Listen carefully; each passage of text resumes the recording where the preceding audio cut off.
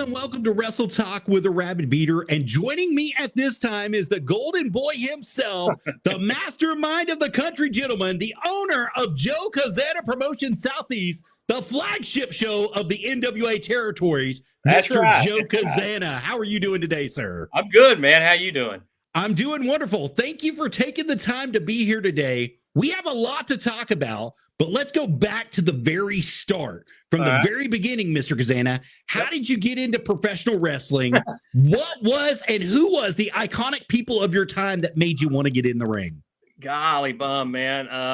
To completely get out of country gentleman character, I'll be nice at this point. Honestly, I grew up in the business. I was born in the business. My grandfather, he ran the Knoxville territory. He wrestled back in the 30s and 40s, and it was just inevitable that somebody in this family would do it. After him, I did a lot with him. I mean, as far as I'd go to the TV tapings that he would always do on Saturday morning at WTVK in Knoxville. I wasn't around when he was doing the live show on Channel 10, but I was able to go up to the TV studio. I would go to Chilhowie Park on Friday night. I'd hand out tickets to the TV show the next day. I mean, they were free, and he would always put 50, 60 people in the studio. That's about all it would hold. But I have a lot of memories of that. Fast forward to the mid 80s, and I'd started putting rings together or helping the ring crew for Ron Fuller and Continental Wrestling while I was still in high school. And I did a little bit of that. And then when my granddad passed away, all the wrestlers came to the funeral home, and Ron was one of them. And he had asked me if I'd ever thought about wrestling. My exact words were, "Have you lost your damn mind?" I said, no, I've never given a thought to wrestling. And he said, I'd like for, if your grandmother's up to it, I'd like for you guys to come to the Coliseum in a couple of weeks and present the inaugural Tennessee Heavyweight Championship to the eventual champion, who ended up being Doug Furness. And I asked my grandmother, and she said that she would, but Ron kept pressing, and he said, I'll introduce you to the trainer that handles most of the talent around here. And his name was Rick Connor. And he was a tough son of a bitch. And that's about as nice as I could put it. We had a class of about 20 people to start. And when it was over, there were two of us, Wow. So it was tough, but we paid our dues, and I feel like that I paid plenty of dues back in those days, and everything that I did, I was, super blessed to be able to do that. Interesting story. I'd been in the business about 8 months, I guess. And Jerry Lawler was coming to Knoxville. And of course, my grandmother, she knew Jerry. And it was kind of like, okay, this kid wants to wrestle. I'm gonna try to help him. So she actually called the hotel that Lawler was staying in. Had to leave her name and number and all that good stuff. But literally 30 minutes later, Lawler had called her, and 3 days later, I was in Memphis. Wow, that's a great story. Yeah, and that was really, really cool. Scared absolutely to death. I was 19 years old. And I was scared to death. And it just evolved into everything that I did, which was, I wrestled in the Texas territory. I wrestled, out there with the Von Erichs. I wrestled, up in the AWA for Vern Gagne. Wrestled down in the Mid-South area with Bill Watts. Got to go to Florida, and work for Florida Championship Wrestling with Eddie Graham, and I did a little bit of everything, and then eventually I ended up with Jim Crockett Promotions, and I was a big guy. I probably at the time weighed about 310 pounds. I mean, I was big, and it was just I could wrestle, and that was the thing. I could wrestle, and I would go back and forth between the different territories at the time. With Bill Watts's territory being one of the last ones that ever survived, I was able to do a little bit of everything, and it was a fun ride, and I was able to travel with a lot of the true legends of the time. I mean, I traveled a lot with Buddy Landell, and Buddy used to get me in trouble a lot. I bet you got some good stories there. Buddy was notorious for being late or just all out no showing, wrestling shows. And when I was riding with him, we were both from Knoxville, and we both went to the same high school. We knew each other in high school, and it was crazy. I mean, every time we were late for a Bill Watts show, it was well, boys, y'all are fine. And it's like, I'm just riding. Well, find another riding partner. That's kind of how that was. Yeah. So, but that's just just little bits and pieces of the story that I think I could write a book about. Well, over many years in the wrestling business, you became a member of the sacred and most time-honored tradition and promotions known to us as the National Wrestling Alliance. Speak a little bit about breaking into the National Wrestling Alliance. How did you get this once-in-a-lifetime opportunity to become a purebred in the best professional wrestling promotion on God's green planet? Well, I'm going to tell you something. It was a fluke more than anything. I know that most of the territories that I had worked in was NWA.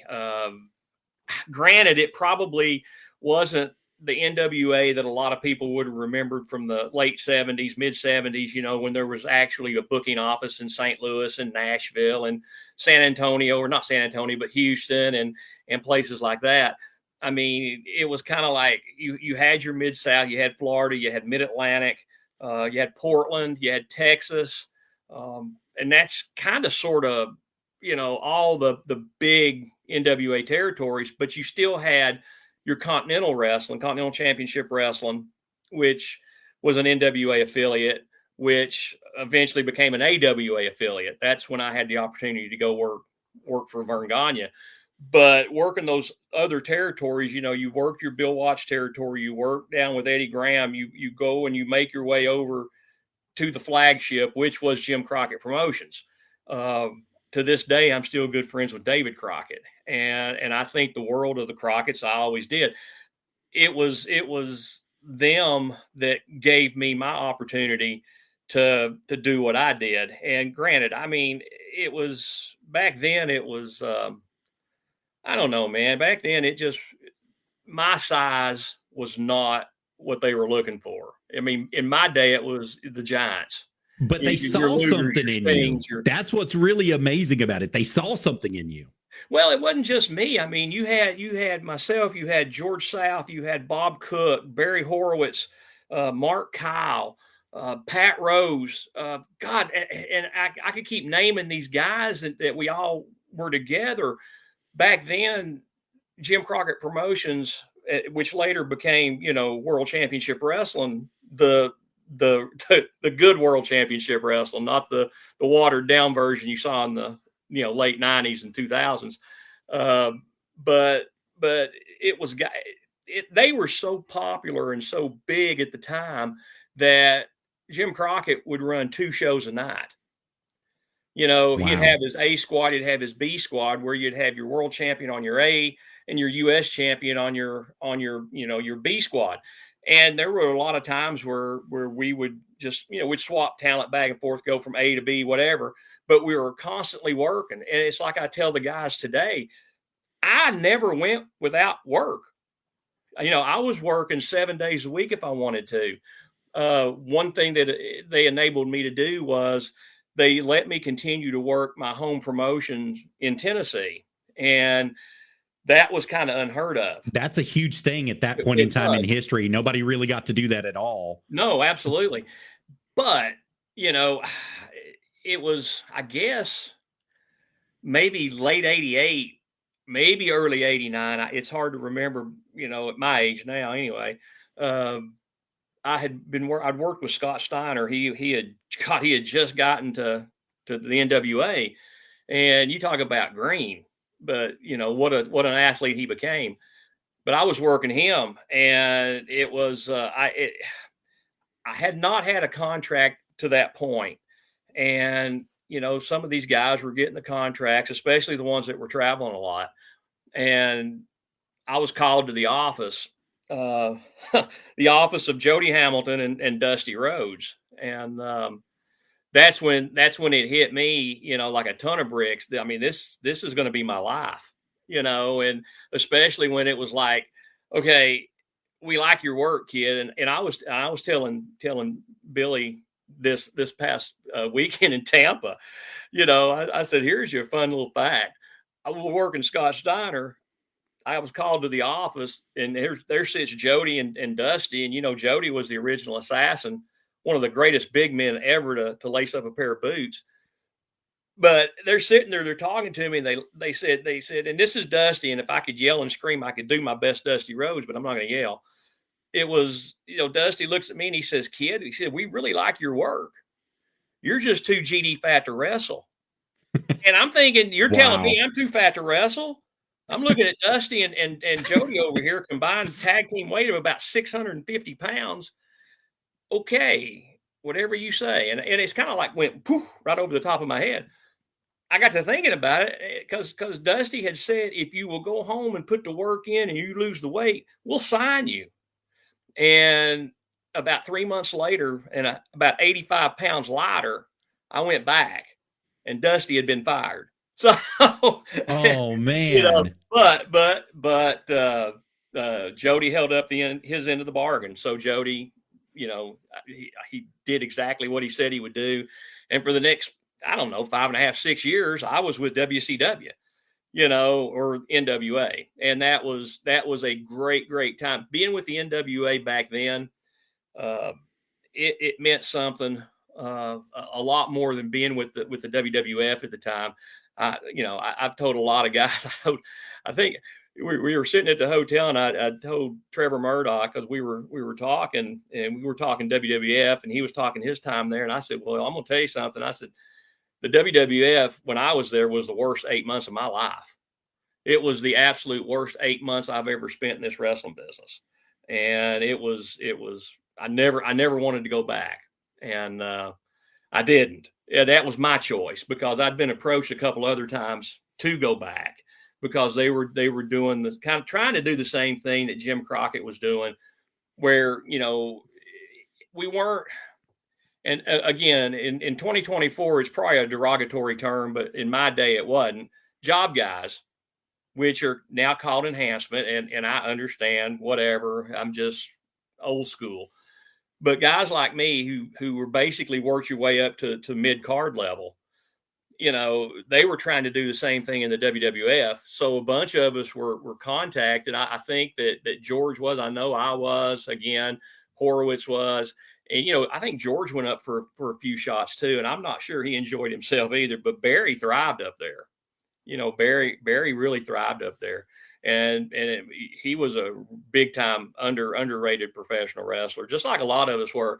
One thing Ric Flair told me one time, and we can get away from Jim Crockett, but he said, Joe, he said, here's the problem. He said, we were born in the wrong time. He said, we were born in the land of the giants. And this is the way it is. He says, I'm just very lucky. And I told him, I said, well, I appreciate that. And maybe one day it'll be different. Now it's different. So I'm in the wrong era, but I would not give up anything from back then for nothing. These kids don't understand what we did, what we went through, what kind of pressure we had. When Hogan says that Hiro Matsuda broke his leg, that's a fact. And that's a true story. That's the way the old timers kept all of us out. That's why my class went from 20 people to 2. And that's the way they did you. And, they treated you like shit. They made you feel like shit. And it was just part of the business at that time. Nowadays, you're too worried about everybody's feelings. Okay. They wanted to make sure that you were going to be worthy enough to travel on the roads, and you were going to Exactly. stick up, and you were going to last, and you were going to be there when nobody else was. Right. And I think Exactly. that was part of the business that is missing in a way, and it's good in a way, but it's bad in a way.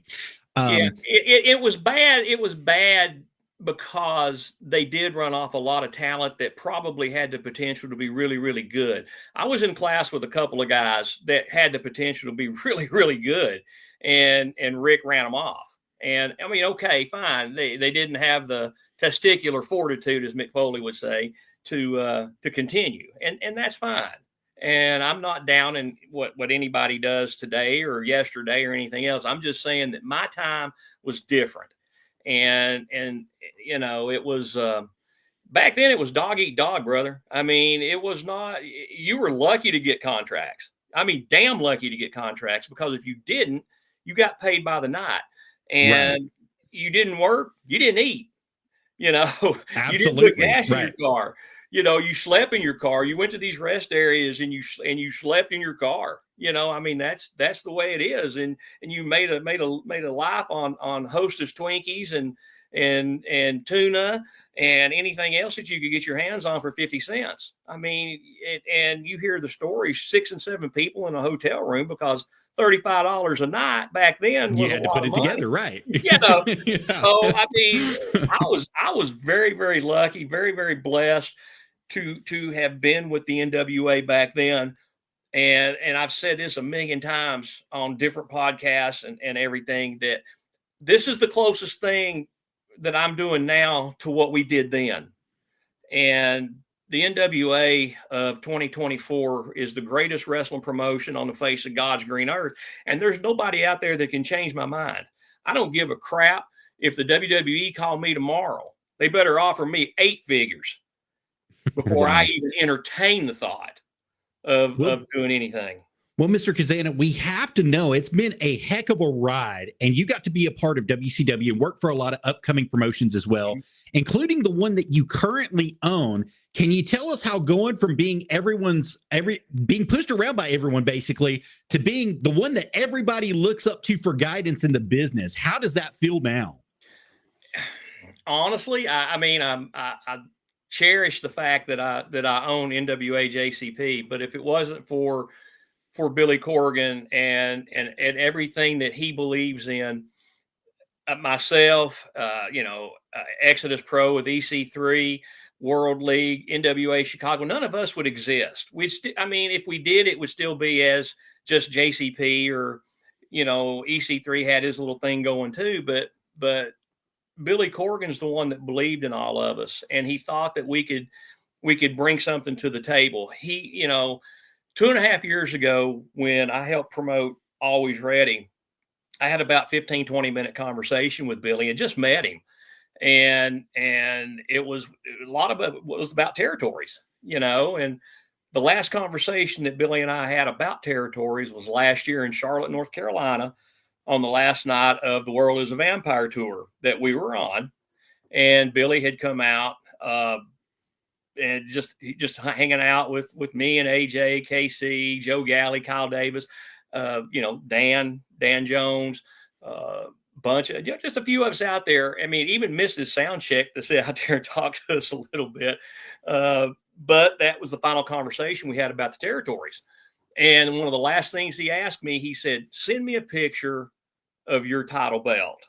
He said, "I think I might want to do something with it." So I did, and it, it was like the rest is history. I enjoy being part of the NWA. It's fun for me, especially at my age now.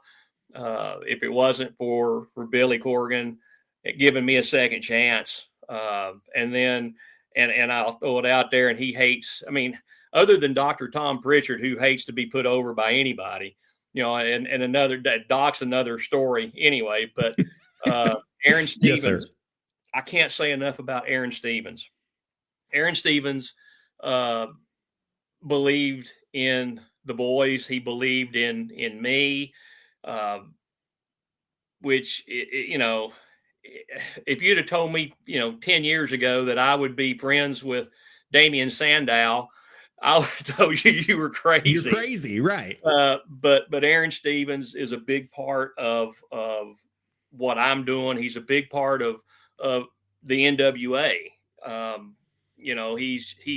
He's one of a kind. Trevor Murdoch's another one. I can't give enough credit to Trevor Murdoch. It's just these guys.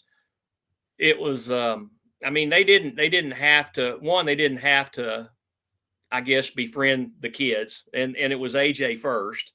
They didn't have to go out of their way to work with them, to talk to them, to try to make them better, they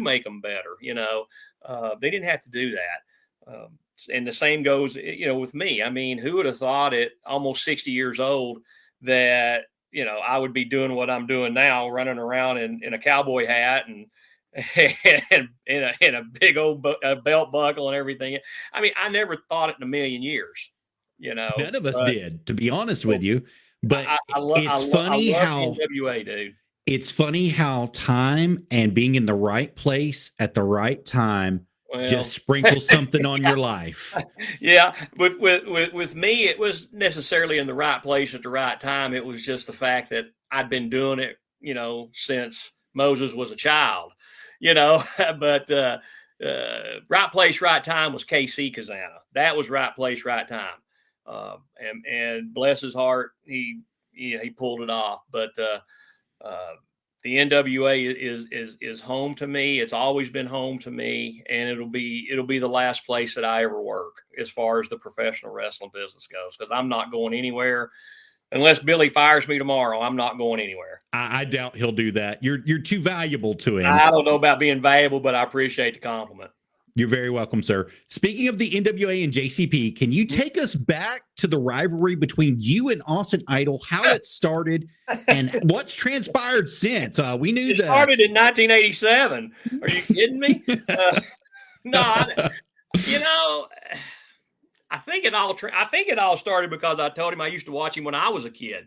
So I think we have a little bit of video footage about a little bit of this. I believe he broke your nose as well. Is that not he true? broke my nose at Samhain last year.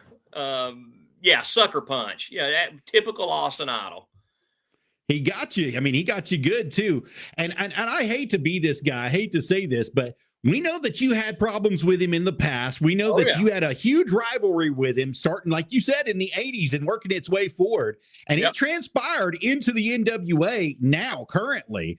Recently within last year. That's the shot right there. That right broke there. my nose. Yes, sir. He got you good. And then he talked a bunch of smack with his goons out here. But you have to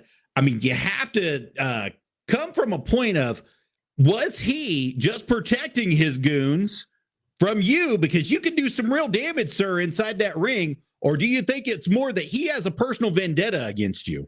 I don't know so much about it being a personal vendetta or anything like that. I think Austin Idol's trying to live like he's still the national television champion or the national heavyweight champion. I think that we've kind of put our differences aside for now. He's got his agenda. I've got mine. And, but I think that at some point it might rear its ugly head again. I mean, who knows? But I think that, I think Austin Idol was a true legend.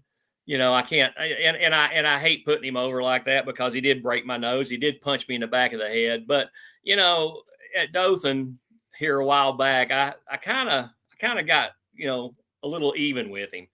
Did I punch him out? No, I didn't punch him out. But, I think that deep down he thought he was getting ready to get fired from the NWA because I was this close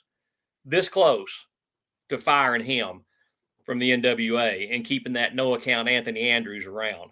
But, as things changed, I got rid of Anthony Andrews because, ultimately he's also the one that not only messed over my son, but he also messed over the NWA. And absolutely. You don't mess over the NWA. I don't care, who or what you are. If you don't want to be here, do it the right way and just leave. You don't make false statements. You don't make ultimatums. You don't you don't do what you do. Well, you don't do what he did. And, I did what I had to do, and we were lucky enough to win that match. And I fired Anthony, and I don't regret it one bit. Well, I don't regret that you fired him. I think that he was a good talent, but like you said, he overstepped his bounds. You have to know when to be in place and when to ask for something. The difference is he was not asking, he was demanding things to happen for him. And you just can't demand stuff. It doesn't work that way in the wrestling business, and you know that. And you're not gonna back any promoter into a corner. Believe me, you're not going to do it. I don't care who you are. You back me into a corner, I'm going to come out fighting. And you're not going to hold me over a barrel. You're not going to hold a championship over the barrel. You're just not going to do it. And like I said, with that whole situation and Anthony being gone, Austin and I have kind of set aside our differences for now. And, I don't hang out with him. He doesn't hang out with me. So it's just the way it is. But it's not personal. It's all good business, right now. No, it's not personal. No, this is strictly business. And deep down inside, he knows I still owe him. He absolutely does. And there will be a receipt in the future. I believe it, sir. I believe that there will be. Let's move on just a little bit. Speaking about some rivalries and some things, Mr. Cazana, at JCP a couple weeks back, well, about a month ago, at War Games, we got to see you in Coalfield, Tennessee. Would you like to tell the fans about that and what a great time it was at War Games? Well, I'm going to tell you something. Something you don't see in this wrestling business anymore is good storytelling. And the NWA probably does storytelling better than anybody. But we've been telling a story about the Stew Crew. And the Stew Crew, those kids they're great wrestlers. They're great human beings. We've told the story through the years. I mean, it was 3 long years. And pretty much it all culminated into that double cage. And the bottom line is they won, we lost. I mean, it happens. I am not a wrestler anymore. Although come on, Mr. Cazana, you're professionally trained. You'll always be a wrestler. I'm not a wrestler, but I'm a trained professional wrestler. So I know what I'm doing. It's not like I'm going to go out there and I'm going to slap somebody or poke them in the eyes or whatever. I mean, I can wrestle, and I can still wrestle. Maybe one day we'll see that again. I don't know. But the double cage, that was the culmination of 3 years of major storytelling. A lot of rivalry there as well. A lot of smack talk. It's something that had never been done in, my territory, in JCP ever. And it's all honestly, a double ring like that, like we did, is something that's not been done in this whole area. And people can say they've had cage matches or double cage matches or whatever all through the state of Tennessee, but I will guarantee you that there's not a promotion around here that did it like we did it. Absolutely. And if you guys want to catch the footage from War Games, they have it up on NWA JCP's not YouTube page, which is directly right here underneath. You can see these 4 right here are directly from that. And how to catch that is at Joe Cazana Promotions 5692. If you guys want to be a part of that, go ahead and subscribe, like it, and watch those videos and get a hold of it, guys. It's definitely worth the watch. Now, Mr. Cazana, you said it was a long time storytelling, and you still got a lot of storytelling going on. Moving forward from War Games, you guys had a nice event in Decatur, Tennessee, where you got to bring in the likes of none other than Jack Vaughn, Carson Drake, the Thrillbilly Silas Mason, the most decorated man in NWA history, Jack Stain, and many, many more. But we know that you have a show coming up on the 20th. Do you have any surprises in store for Kingsport, Tennessee at the beautiful Bobby Eaton Arena?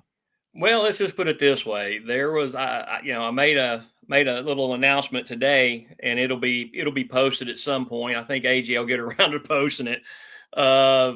Basically, Jack Vaughn has a prior commitment, and he's not going to be able to be in Kingsport. However, that said, A little surprise I was kind of keeping under wraps, but Stu Crew, and they're not going to like this. They're going to think I did this intentionally, but this is not intentional. Their number one contenders match for the tag team title will now be contested in a ladders match. So they're going to be in a ladders match. So there's going to be a lot of different stipulations, kind of Halloween based, kind of this. I mean, you might see I don't know, you might get to see something like, hey, I don't know, hey, Spanky, take your mask off, or right. But you talking about Silas Mason. Silas Mason's a mainstay at NWA JCP. He has been our champion for over 2 years, and he's not so far up until Jax Dane decided to come into the territory. Silas has really not been challenged that much. I mean, he's had a couple of tough matches, but it's not been like this. Jax Dane is hot on his tail right now. And I mean, listen, Jax Dane has won every championship in the NWA with the exception of the U.S. Tag Team Championships and the women's titles. He's the most decorated man in all of the NWA, and there's not been anybody that's won as much as he has. Right now, he's formed a great tag team with Baron Von Storm. Please don't call him Tim anymore. But Baron Von Storm and Jax Dane formed a great tag team, and I'm sure that the gentlemen are probably looking down the barrel of them in the not so distant future. But Jax is hot on the heels of Silas Mason, and he wants that championship.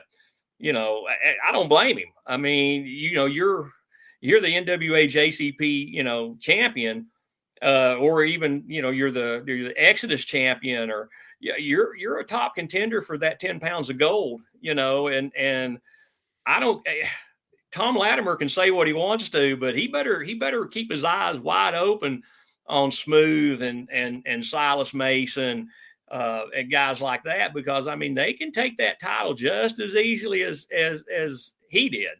Even Jax Dane, I would give Jax Dane that credit as well. I believe that he is just as talented to take that title as well. Well, they all are. Baron Von Storm could take it tomorrow. I mean, he's a former champion. I mean, there's so many talented wrestlers in the NWA that could take that championship from Latimer. And I'm going to tell you something else. Don't look past EC3 at all. I mean, I saw him after the match, and you talk about disappointment. He's not been the same since he lost. And not at all. And I've seen him say or heard him say things that I never would have thought I'd heard EC3 say. But he pulled something out of him, Joe. It's really pulled something out of him. And I can understand that. I mean, he was the world heavyweight champion of the greatest organization of all time. He carried Sweet Charlotte, man. That's the 10 pounds of gold. I mean, legends carried that championship, from Harley to Rick, Dusty. I mean, yeah, you talk about dejected. He was dejected. And we have to ask you a little bit more about JCP. There's been a lot of changes here recently, and we got to know who's your current champion or favorite champions inside of JCP. Well, current champions, you got Silas Mason's our heavyweight champion. The Blockbusters beat the Stu Crew and the JV squad, Indicator, to become the tag team champions. Now the Blockbusters are over here from England, and they basically threatened to take the championships back to London, in December if they don't get their visas extended. So I mean, hey, they take those championships back to London. I guess we better send the team over there to bring them back. Our current, he was the open weight champion, and we retired the championship and replaced it with the Tennessee Stud title, which is a title that is named after Ron Fuller. And he graciously gave me permission to use it. And if you look at the main plate right at the bottom inside of the horseshoe, you'll see Ron's initials right there on the main plate. But our Tennessee Stud champion is Tyler Shoup. And he's has a couple of really hard title defenses. Well, Joe, we have a fan, Mr. Stephen Dean has come in, and he was actually talking about Tyler Shoop earlier, and I put it on the screen earlier, but he says Tyler has committed himself as a fighting champion. We'll be issuing an open challenge for his championship. We would love to see him and Joe Briggs battle it out again. A lot of unfinished business there, and I feel who would you say has the next in line for a big payoff for that title shot? Well, if you listen to him run his pie hole, it's Carson Drake. You got to understand that NWA wrestlers are going to come in here and they're going to try to take these championships the same way they're going to try to take them in every other territory, because again, it's a stepping stone to the bigger titles. I mean, if you stop and think about it, the tag team championships here are a stepping stone to the world tag team titles. Now, do I want to get in the ring with Murdoch and Knox? Hell no. I mean, those guys, they're bad mammer jammers. Those guys are. I wouldn't. The kids can, but not me. But Carson Drake is probably. Let's put it this way: if he could politic his way into being in a title match with Shoop, I guarantee you he would. I offered him a title shot against Silas Mason, and he said no. So, well, Joe, how the heck did he politic his way into the Slime Balls? I mean, he got his way in there good with them. I mean, what did he do? Well, let me tell you about that. In my opinion, I think it's the Slime Balls that have taken him in. Basically, I think Carson is doing everything he can to manipulate these guys. And that's fine. I mean, I could care less about the Slime Balls. I mean, if you want to get really, really technical about it, I watched the, KC and AJ throw the Slime Balls around like a couple of yard guards last year, in Nashville. I mean, the Slime Balls don't worry me. I don't care two things about them, and whatever. I mean, Sage weighs 110 pounds soaking wet, and Tommy's hair is all that's wet, and he shakes it around like he's a rock star. Whatever they want to do. But I think Carson sees them as a team that or even just people that he can manipulate to do his bidding. And that's exactly what I was about to say. I think he sees them as somebody that he can manipulate so that he has somebody to have his back in the long run, but he's not going to have theirs when it comes push to shove. I'm going to tell you something straight up, brother. Nobody's going to out-heel Joe Cazana. And I'll tell you that. Carson Drake thinks he can out-heel me. Listen, man, I have forgotten so much more than that kid will ever know. And I tell you, I liked Carson up to a certain point. But again, like I said, he has manipulated these kids. I think the Slime Balls have talent. I mean, I really do, but I could care less what they do with it. I mean, honestly, if you want to, pin me down, I'd love to see us go out there and just completely annihilate them and mop the mat up with them. Plain and simple. I mean, who's the agent? Make it happen, baby. Let's see the country gentleman in the Slime Balls. I don't think the Slime Balls want to see the country gentleman again. Let's just put it that way. But right now, it looks like that Carson Drake has politicked his way into a potential championship match. Now, again, I did put out there today that, and both of them have been talking a lot, Tyler and Carson. I told them both in this little promo that I did, neither one of them dictate policy in NWA JCP. I'm the only one. I am the alpha and I am the omega at NWA JCP. Not them, not the country gentleman, not anybody. Me. I make the decisions. I'm the one that makes the matches, and neither one of them do that. So Carson cannot dictate what he does. He better be. I tell you what I really should do. I should make them tag team together against the Slime Balls. That's what I should do. And let's just see how that would work out. Well, Mr. Cazana, a moment ago you were talking about the Stew Crew, and we recently saw them with their unsuccessful title defense at one of your shows, where I might say the odds were stacked against them, as you talked about earlier. Does the Stew Crew have a rematch clause for those JCP titles? Stew Crew can have a rematch anytime they want it. I mean, I don't have any issues with the Stew Crew, doing whatever it is they need to do. to get those tag team titles back.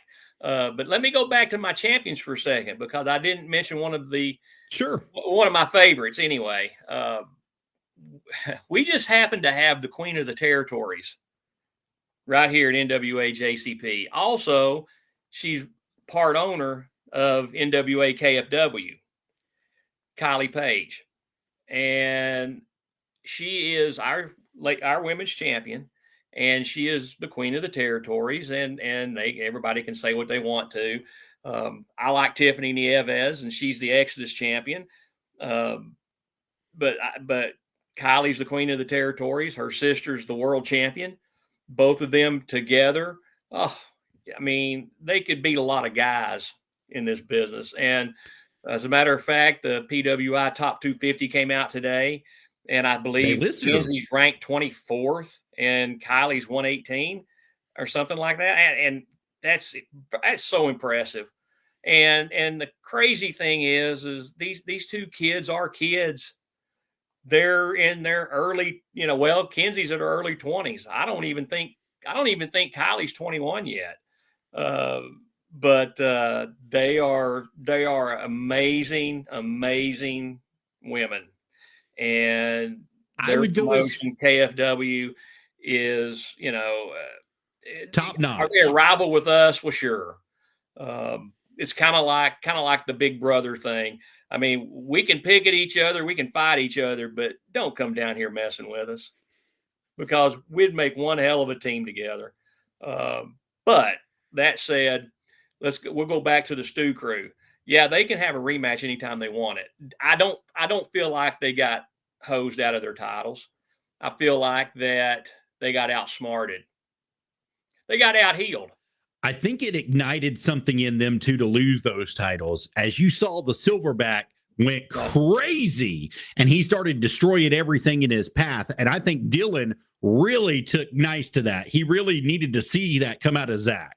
Well, I'm going to tell you something. Dylan has been, everybody thought Spanky was the manipulator. It's Dylan. His own brother is one of the biggest manipulators that you can imagine. He's the one that, for months and months and months, you saw these crazy videos coming out. You saw this masked guy hit the ring numerous times, and come to find out all along, it was Dylan Stewart. And it was one of those crazy things. I mean, KC tried to tell Zach, and Zach, he wasn't having it. He wasn't listening. That's his brother. I get it. But, I mean, you kept seeing that stuff. So, yeah, I mean, Dylan's the manipulator. Spanky was never the manipulator. Spanky was the promoter. He was the carny. He was the one that got everything together. And it was always Dylan. I mean, just from the sadistic laugh that he's always had. Now, I go back now and I put pieces together, and but now Zach is out of control, and he's been fined. He had to pay the school back for the damage that he did outside. So, I mean, yeah, he's out of control. So a Zach Stewart like that, I don't think there's more dangerous man here that can handle him. It's a dangerous man, a Zach Stewart like that, Mr. Cazana. Definitely. Mr. Cazana, we have to move forward just a little bit. We want to talk about the actual NWA. Yeah. The Country Gentlemen, I believe I'm letting the cat out of the bag a little bit if it hasn't already been shown, but I believe that they won some titles at 76. And I have no earthly idea what you're talking about. No earthly idea. I believe it was shown the other day. In the days to come on Power, can we expect them to be some fighting champions? Our match from NWA 76 has not been aired. I have no earthly idea when or if or whatever, but I have no earthly idea what you're talking about. Absolutely. I'll agree with you, Mr. Cazana. We noticed that you were supposedly carrying a book around here recently. Have you fallen victim to the guiding light spell? Excuse me. The guiding light falls victim to me. You want to talk about the book? Well, this is the book.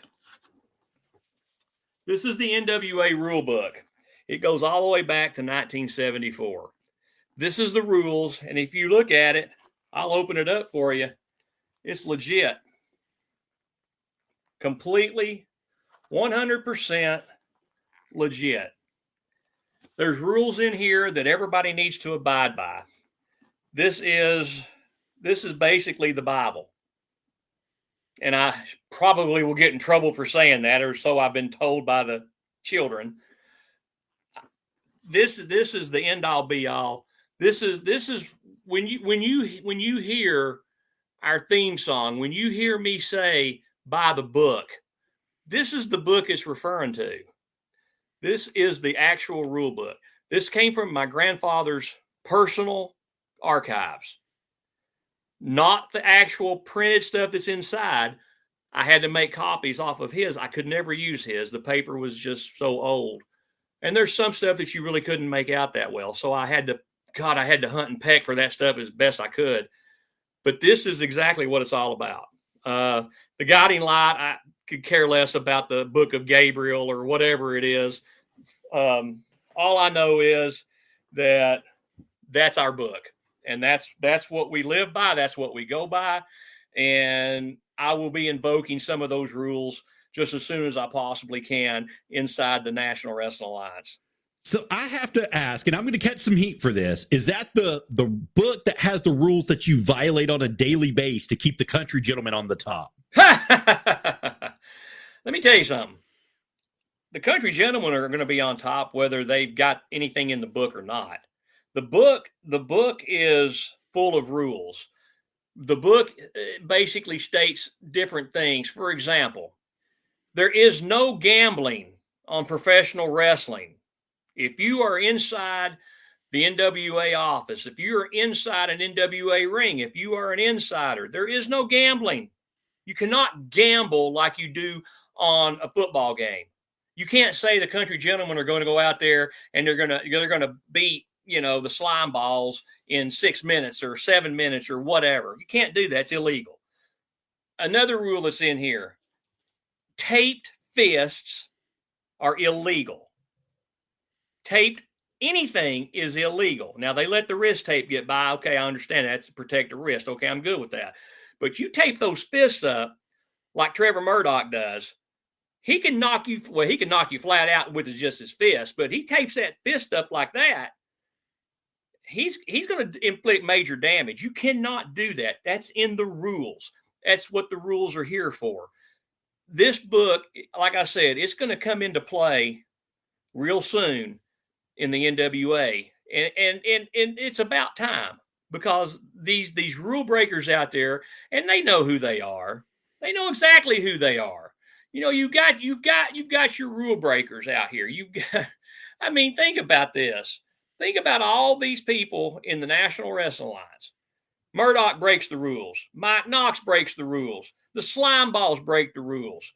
You got all these people out there. They break the rules. That's what they do. That's what they live for. EC3 breaks the rules. Tom Latimer breaks the rules. We're going to start going by the book. If I have to invoke executive privilege, because I will, because it's in the book. Anything in the book is fair game. And the country gentlemen will stay on top as long as they see fit. They don't need the book. The book is just here to make sure that everybody else follows the rules. Enough said. It's to give structure. Well, Mr. Cazana, we're just about out of time for today. But before I let you go, can you tell us when and where the fans can not only expect to see you, but also the country gentlemen in the days to come? Oh, my God. On NWA television programming, NWA JCP on our YouTube channel. All you got to do is subscribe and like. It's 100% free. How hard is that? Just go subscribe to it. Watch anything you want. You get to see stuff on there that goes all the way back to the very inception of JCP, which was back in 2016, which we've got the best of out there right now. We're going to have another best of this week. I'm just here to tell you that anytime, any place the NWA comes to town, you need to be there. NWA JCP comes to town, you need to be there. Exodus Pro, you need to be there. KFW, you need to be there. Anything that's affiliated with the National Wrestling Alliance, I'm telling you now, you need to go. bottom line, I don't give a crap about all these other wrestling organizations. I don't care about any of the other mom and pops wrestling. You got these mom and pops, wrestling organizations out here. Like you got 7-Eleven Championship Wrestling over here. You got the Weigels Championship Wrestling over here. You got your backyard wrestlers over here. Come on. There's one wrestling organization, and that's the NWA. And as far as our territories go, World League. Everybody knows who World League Wrestling is. Yeah, Harley Race started that. You got Fight the World, which is down in Florida. Brian Idol, Natalia Markova. That's them. You've got NWA Chicago. That's Billy. He lives in Chicago. He is Chicago. You got Exodus Pro. That's EC3. You got NWA JCP, and that's me. That's me. Anything NWA affiliated, you need to be there. You've been to shows, Yes, sir. Absolutely. But as far as anything, all this stuff, the NWA Joe Cazana Promotions on YouTube. You can follow us on Facebook. You can follow us on, what is it called? X, Twitter. Yes, sir. Well, you can see us there. You can see us on Instagram. Just pull up NWA Joe Cazana Promotions. My God, man, it's not that hard. Everybody makes it so hard. / tag this, tag whatever. But no, it's all kidding and all fun aside. The NWA is the place to be, and it's only going to get better from here. There's so much stuff that's going on inside, the NWA. There's a lot of stuff going on behind the scenes that are going to be just some incredible stuff. There's a lot of stuff that even I'm not privileged to, and there's a lot of stuff that a lot of people aren't privileged to. But there's going to be some big surprises in the NWA, and I think that the world itself is going to be surprised when they see that the NWA is going to be right back where they belong, which is right up here. We may not ever be as big as the WWE, but my God, when you've got a $9 billion company standing behind you, then, all you got to do is spend money. We're doing it the old fashioned way. We're doing it by our actions. And that's the same way that we did it back in the old days. And that's the same way we're doing it now. We're doing it by the way we work. And, you're not going to find any better, wrestlers than you're going to find in the NWA or the territory. So get out, see your favorite stars. And I'm talking about, you're going to see people like Kenzie Page and Tom Latimer and EC3 at all these shows. You're going to see Trevor Murdoch in Maryville, Tennessee, here in the near future. And he was at our show last year in Coalfield. Billy was at our show last year in Coalfield. You want to see that? Go check out the YouTube page and you'll see that. But it's going to be a fun year. 2025 is going to be big for the NWA, and the rest of 2024, only time will tell. Absolutely, sir. Now, by the way, remember, everything that we do is by the book.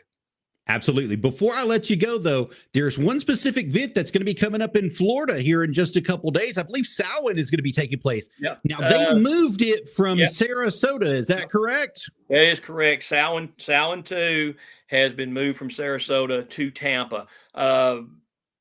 So we'll be back in Tampa in a couple of weeks for that. I think it's a great move for the NWA. It gives the folks down in Florida an opportunity to get out and get away from, the damage that was inflicted upon that state. I mean, they got hammered twice. And, absolutely. I've talked to some of my friends down there and I've talked to a couple other people down there that was directly affected by the hurricane, especially Milton. We were lucky enough to get out right before it hit. We did too. I mean, we were 24 hours away, from when it hit. So we were lucky to fly out of there. I know that Casey and myself and a couple others, Colby Carino and Kerry Morton, we got out super early that morning, and we were super lucky. But yeah, those people down there, they've been devastated. Chris Silvio lost a lot.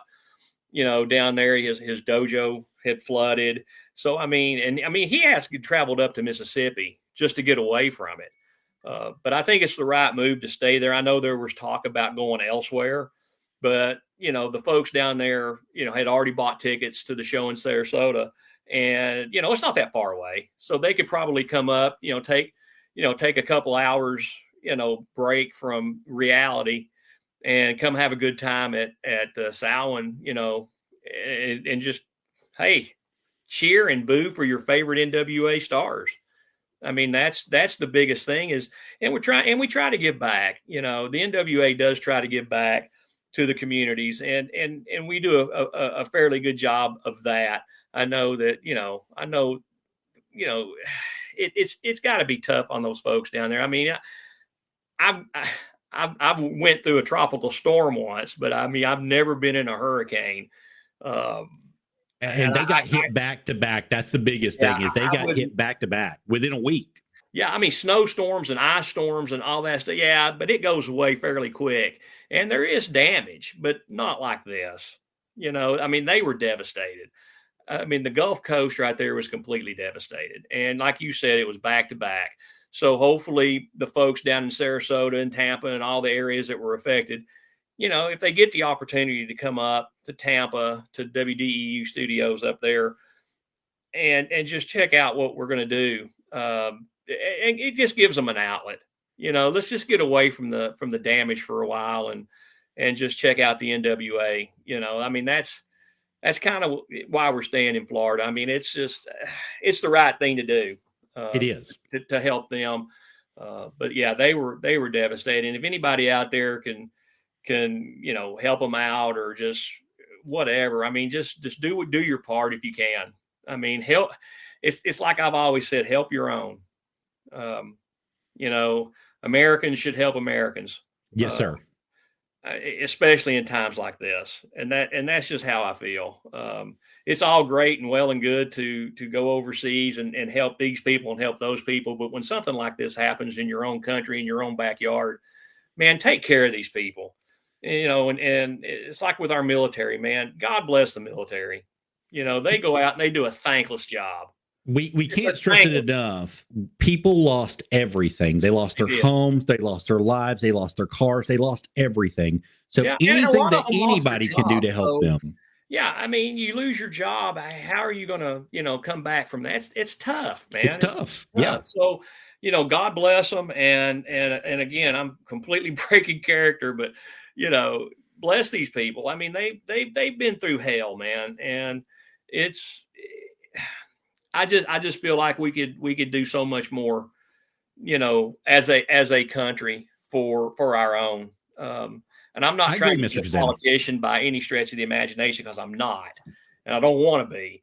But I feel like that. But I just feel like that we need to take care of them, because again, like you said, they got hammered back to back. Within a week or two of each other, and nobody deserves that. Right. Absolutely, Mr. Cazana. I couldn't agree with you anymore. I think that we have to take care of our own. We have to take care of our own first, especially in times like this. And it's not just Florida. It's South Carolina, North Carolina. It's parts of Georgia. It's parts of Oklahoma, parts of Texas, parts of Louisiana. There's no way from Tennessee to North Carolina right now. You can't get there without going completely around it. And yes, they were devastated. Asheville was devastated. Areas outside of Kingsport. Again, a portion of what we raise, Sunday is going to go to the hurricane, and flood victims that are in North Carolina and in Upper East Tennessee. Just 15 miles from Kingsport up in Irwin, they were destroyed. Newport was hammered, wiped out. Yeah, absolutely. And so, like I said, a portion of what we do this Sunday is going to go to helping them, and it's hard to believe that they were as devastated as a lot of others were. It's tough. Absolutely. And like you said, Mr. Cazana, you're going to be having a show this Sunday. So we're going to reiterate that. That's going to be October 20th, this Sunday, 2024. Territory is going to be happening right there in Kingsport, Tennessee at the beautiful Bobby Eaton Arena on Emory Lane. That's 100 Emory Lane in Kingsport, Tennessee. Those of you that don't know, you know now, tickets for ringside are $25. General admission are going to be $15. Come on out. You're supporting. Remember, like I said, a portion will go to help the flood and hurricane victims. Absolutely. Come on out. Be a part of this. Pack that arena out. Make sure that you're bringing some good items with you as well. We want to be able to make sure that we're having donation items given to those. People lost everything. So bring some clothes, bring some food, bring water, bring hygiene products, because we will be giving that away. So thank you guys so much for that. Mr. Cazana, I can't thank you guys enough. You don't know what all you guys are doing to help these people. Like we said, people lost everything. So just a little bit that you're giving is enough at this point in time to help somebody get back on their feet and run. It's never enough, but it'll help. It definitely will. Mr. Cazana, we're all out of time for tonight, but I want to thank you, Mr. Cazana, for coming on and being my special guest tonight. I would love to have you come back sometime if you're available, if your schedule permits. I know you get really busy with the NWA and everything that goes into it. And remember, guys, you all heard it here first.